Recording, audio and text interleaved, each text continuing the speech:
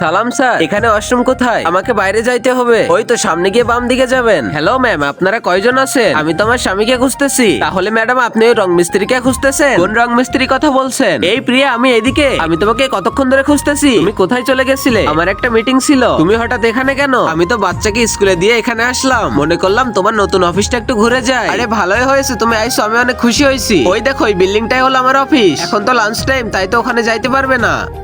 আরে রাজ, কি হয়েছে তোমার? তুমি এত ঘামাইতেছো কেন? আরে স্যার তো আমাদের রেস্টুরেন্টের একেবারে রেগুলার কাস্টমার। স্যার তো এইমাত্র মিটিং শেষ করে আইছে। দাঁড়াও আমি খাবার অর্ডার দিয়ে আসি। তোমাকে অনেক ধন্যবাদ আমাকে সাহায্য করার জন্য। আপনার কাজের কথা আপনার ওয়াইফকে কেন বলতেছেন না? আমি চাই না আমার ওয়াইফ কোনোভাবে কষ্ট পায়, আর আমি কখনোই চাই না সে কখনো দুঃখের মধ্যে থাকুক। এই প্রিয়া, তোর স্বামীকে আজকে দেখলাম একটা দেয়ালে রং করতেছে। আরে তোর কোথাও ভুল হচ্ছে, এটা কখনোই সম্ভব না। আর তখনই প্রিয়া রাজের প্যান্টে রং দেখে ফেলে। এই তুমি তো সৎ পথে ইনকাম করতেছো, চুরি তো আর করতেছো না, তাহলে আমার থেকে লুকাও কেন? আমি একটা চাকরির ব্যাপারে কথা বলতেছি, এরপর থেকে আমরা দুইজন টাকা ইনকাম করব। তার আগে মহান আল্লাহকে তুমি ভালোবাসলে লাইক এন্ড সাবস্ক্রাইব করে দাও, আর পার্ট 2 দেখতে চাইলে অবশ্যই কমেন্টে পার্ট 2 লিখো।